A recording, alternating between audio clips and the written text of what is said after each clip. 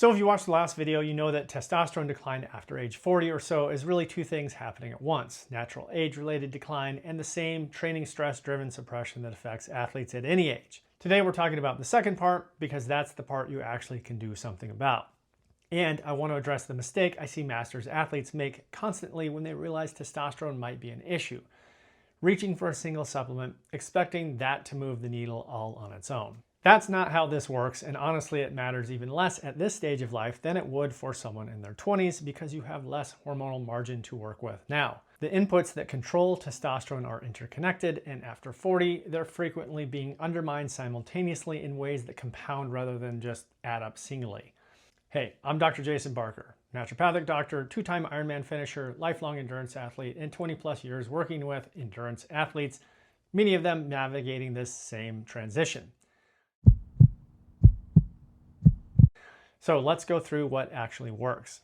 The first and most overlooked driver is energy availability, and this hits differently after age 40 or so. When you're under eating relative to your training load, your body interprets that as scarcity and anabolic processes get deprioritized. Testosterone production drops because the body is signaling that this isn't a good time to build. Here's what's specific to masters athletes. Many of you are also actively trying to manage body composition as metabolism shifts with age, which means there's a real temptation toward more aggressive caloric restriction than you might have considered in your 20s or 30s. That instinct, eat less, to offset a slowing metabolism, directly collides with what your hormonal system needs at exactly this stage of life when you have the least buffer to spare. The athlete profile this hits hardest in this age group is someone training at meaningful volume, deliberately staying lean as a response to body composition changes, and underfueling as a result. From the outside, it looks disciplined. Hormonally, it's actively working against you.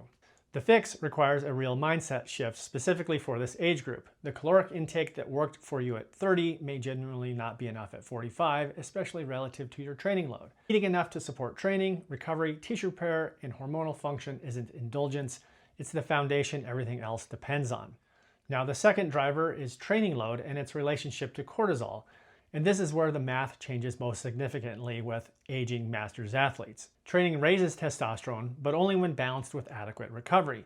When training volume is chronically high or recovery is consistently short, cortisol stays elevated, and elevated cortisol directly suppresses testosterone through competition for shared adrenal hormone precursors. As we covered in the last video, your hormonal buffer shrinks with age, so the same training load that didn't meaningfully affect your hormones at 30 can suppress testosterone more significantly now. This is the clearest reason why masters athletes often need to train differently than they did decades ago, not because they're getting weaker, but because the cortisol-testosterone math has genuinely shifted. More training is not the answer here, and it's an even worse answer at 45 than it was at age 25. The right ratio between training stress and recovery is, and that ratio needs to be more conservative now. The third lever is sleep, and this becomes harder to protect after age 40 or so, which is exactly why it matters more. A significant portion of testosterone production happens during deep sleep, when the hypothalamic pituitary gonadal axis does the majority of its regulatory work. Even 1 week of restricted sleep measurably reduces testosterone in otherwise healthy people. Here's the complication specific to this age group. Sleep architecture naturally changes with age. Less deep, slow-wave sleep, more fragmented sleep, often compounded by life factors like increased work responsibility, caregiving, or for women specifically, perimenopausal sleep disruption.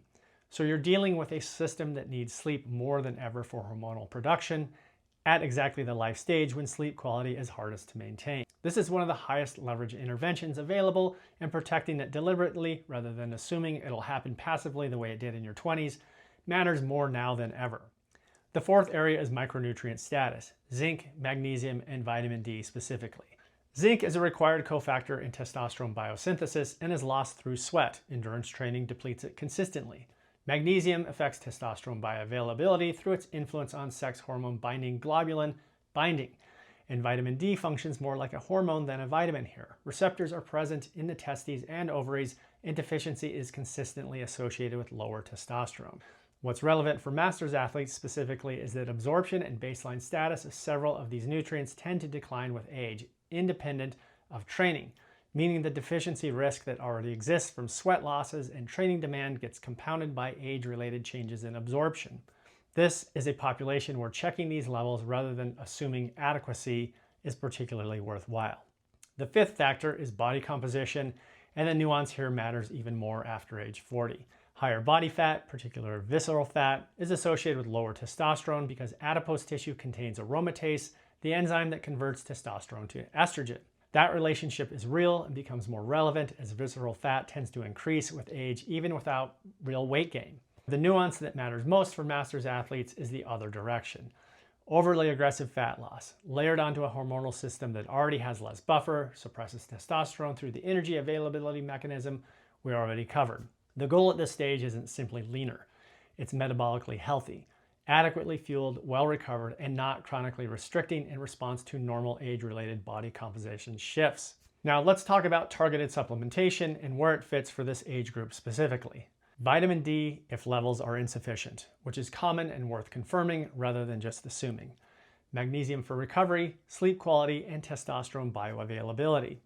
Zinc if intake or losses suggest insufficiency. In ashwagandha, which has solid evidence for reducing cortisol and has shown positive effects on testosterone in populations under stress, likely through that cortisol suppression mechanism rather than direct stimulation.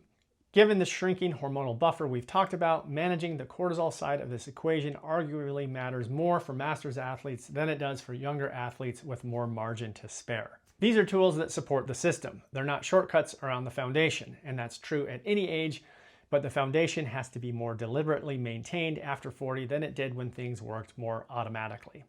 And here's where precision becomes essential for this age group specifically. Knowing testosterone is low isn't quite enough.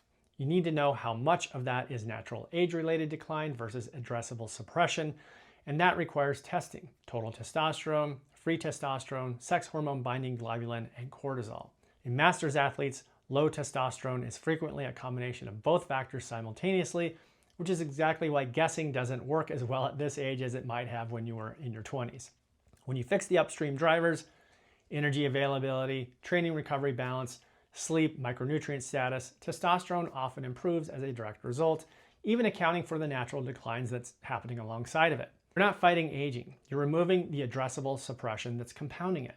So to bring this together for masters athletes specifically, make sure energy intake genuinely matches your training load, accounting for the fact that your needs may not have changed as much as maybe you think. Balance training with recovery that's more generous than it needed to be a decade ago. Protect your sleep deliberately rather than assuming it happens automatically. Correct micronutrient status rather than just assuming it's fine. And layer in targeted supplementation once that foundation is solid. This applies to both men and women navigating this transition. Testosterone is not a male hormone, and it's not just a younger athlete's concern. It's a performance hormone relevant at every stage of an athletic life, including this stage. In the next video, we're getting into lab testing for hormones specifically, what to measure and how to interpret it for an aging athlete's physiology, not a generic reference range. Hit like and subscribe if this was helpful. I post science-backed content for athletes navigating training at every stage of life. And for individualized hormone testing and protocols built for masters athletes, visit naturalathleteclinic.com. I'm Dr. Jason Barker. Thanks for watching, and I'll see you in the next one.